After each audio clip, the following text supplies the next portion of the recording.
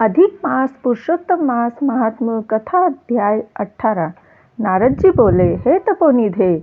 उसके बाद साक्षात भगवान वाल्मीकि मुनि ने राजा दृढ़ को क्या कहा सो आप कहिए। श्री नारायण बोले, वह राजर्षि दृढ़ अपने पूर्व जन्म का वृतांत सुनकर आश्चर्य करता हुआ मुनि श्रेष्ठ वाल्मीकि मुनि से पूछता है।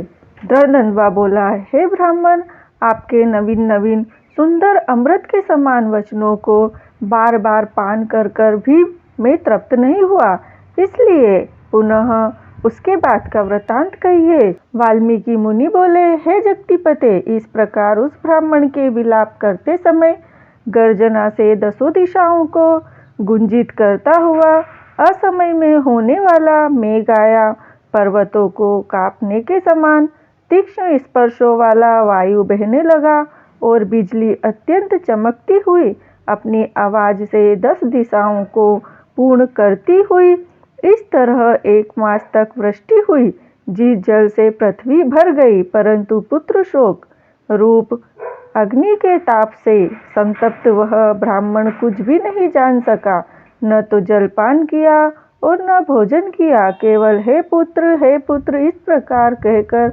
विलाप करते हुए ब्राह्मण का उस समय जो मास व्यतीत हुआ वह श्री कृष्ण चंद्र का प्रिय पुरुषोत्तम मास था। सो न जानते हुए उस ब्राह्मण को पुरुषोत्तम मास का सेवन हो गया। उस पुरुषोत्तम मास के सेवन से अत्यंत प्रसन्न नूतन मेघ के समान श्याम वर्ण वनमाला से भूषित हरि भगवान स्वयं प्रकट हुए। जगत के नाथ हरि भगवान के प्रकट होने पर मेघ समूह गायब हो गया।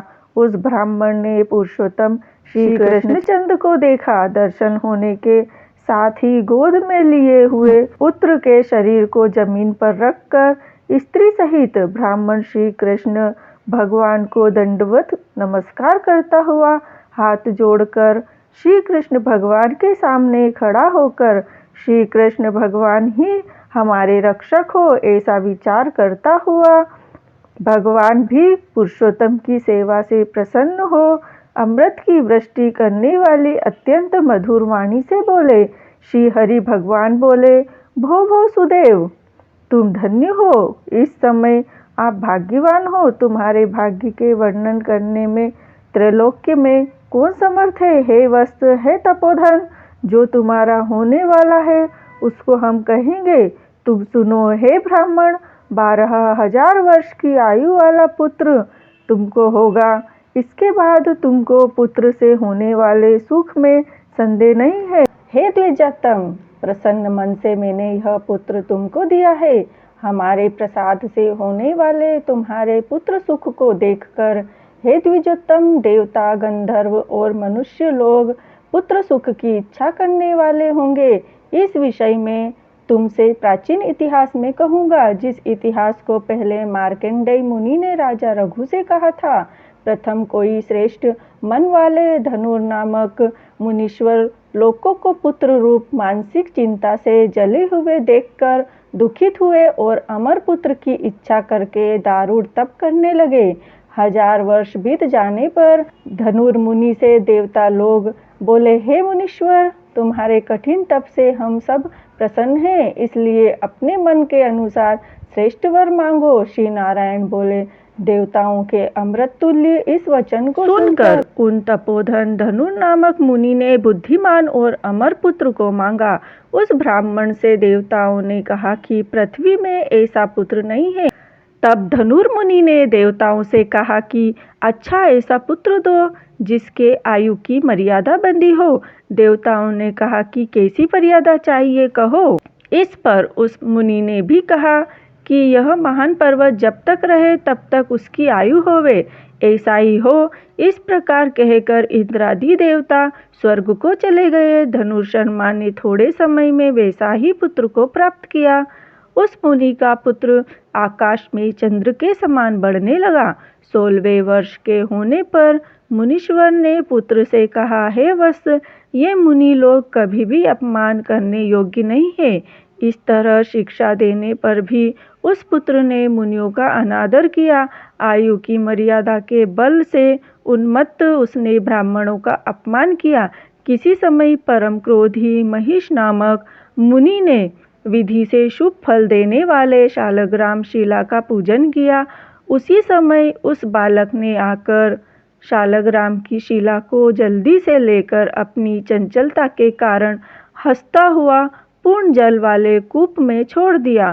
क्रोध से युक्त दूसरे कालरुद्र के समान महिष मुनि ने उस धनुर्मुनि के पुत्र को शाप दिया कि यह अभी मर जाए, परंतु उसे मृत हुए न देखकर मन में मृत्यु के कारण का ध्यान किया। देवताओं ने इस धनुर्मुनि के पुत्र को निमितायु वाला बनाया है। इस तरह चिंता करते हुए महिष मुनि ने लंबी सांस ली, जिससे कई कोटि महिष पैदा हो गए और उन महिषों ने पर्वत को टुकड़ा टुकड़ा कर दिया। उसी समय मुनि का अत्यंत दुर्मद लड़का मर गया। धनुर्मुनि ने अत्यंत दुख से बार बार विलाप किया। बाद अनेक प्रकार विलाप कर पुत्र के शरीर को लेकर पुत्र के दुख से अत्यंत पीड़ित हो चिता की अग्नि में प्रवेश किया। इस प्रकार हठ से पुत्र प्राप्त करने वाले कहीं भी सुख को नहीं पाते हैं। हे तपोधन, गरुड़ जी ने यह जो पुत्र दिया है, इससे संसार में तुम प्रशंसनीय पुत्रवान होंगे। हे अनग, मैंने प्रसन्न होकर पुरुषोत्तम के महात्म्य से इस पुत्र को चिरस्थायी किया है। यह तुमको सुख देने वाला हो। पुत्र के साथ सर्वदा गृहस्थाश्रम के सुख को भोगने के बाद तुम ब्रह्मलोक को जाओगे। महा उत्तम सुख देवताओं के वर्ष से 1000 वर्ष पर्यंत भोग कर पृथ्वी पर आओगे। हे द्विजोत्तम, यहाँ तुम चक्रवर्ती राजा होंगे। दंडधन्वा नाम से प्रसिद्ध तथा सेना सवारी से युक्त हो 10,000 वर्ष पर्यंत पृथ्वी के राजा का सुख भोगोगे। इंद्र के पद से अधिक अखंड बल और ऐश्वर्य होवोगे।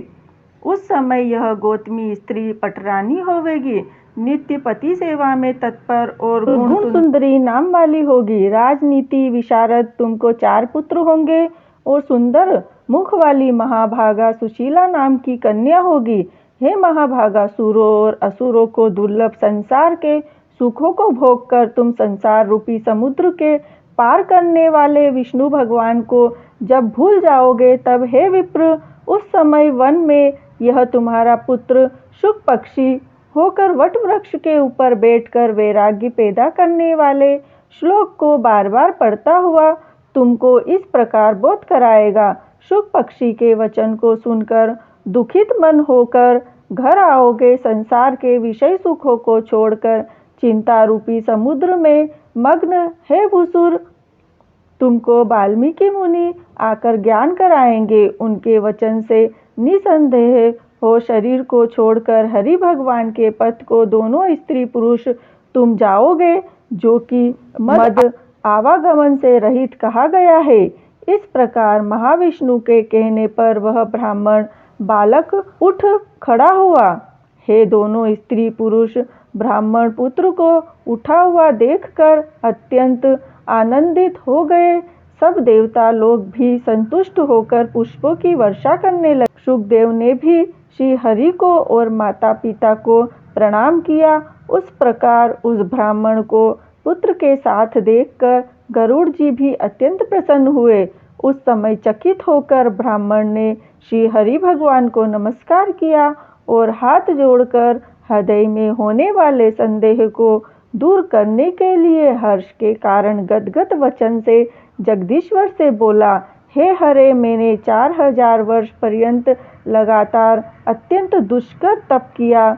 उस समय मेरे को आपने वहां आकर जो कठोर वचन कहा कि हे वत्स, हमने अच्छी तरह देखा है, इस समय तुमको निश्चय पुत्र नहीं है। हे हरे, उस वचन का उल्लंघन कर मेरे मृत पुत्र को जीवित करने का कारण क्या है, सो आप कहिए।